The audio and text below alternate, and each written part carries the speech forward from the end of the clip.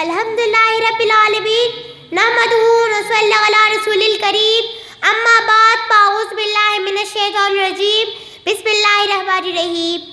تیری صورت تیری سیرت تیرا رکشہ تیرا جلوہ، تیری صورت تیری سیرت تیرا رکشہ تیرا جلوہ، تبسم گفتگو بندہ نوازی حد پیشانی، انکا ولا خلق عظیم.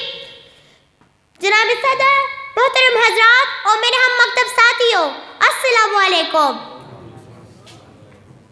ابھی میں نے آپ کے سامنے کلام پاک کی ایک آیات کی تلاوت کی جس کا ترجمہ ہے بے شک آپ صلی اللہ علیہ وسلم خلق عظیم فرفائش تھے.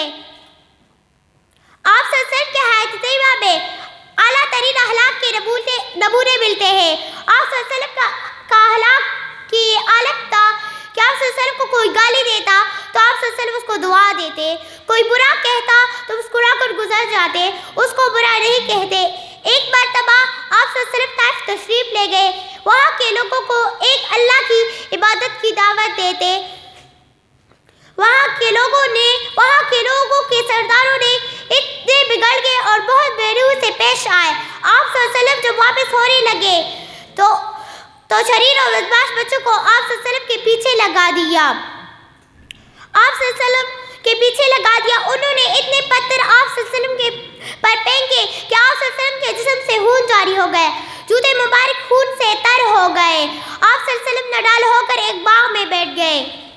اللہ کی رحمت کو جوش آیا اور ایک فرشتہ آپ صلی اللہ علیہ وسلم کی خدمت میں حاضر ہوا اور کہا اگر حکم دے تو ان دونوں پہاڑوں کو آپس میں ملا دے کہ یہ سب بستی والے اس میں بلیامین ہو جائے.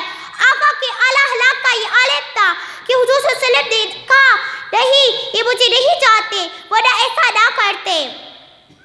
آج یہ ایمان نہیں لاتے تو اللہ کی ذات سے امید ہے کہ ان کی نسل ایمان لائے گی. جناب صدر، چنانچہ ایسا ہی ہوا. اس قبیلے کے ایک نوجوان محمد بن قاسم رحمۃ اللہ علیہ اسلام کی دعوت لے کر ہندوستان آئے اور ان کی بدولت سے برے صغیر پاک و ہند میں اسلام کا بول بالا ہوا.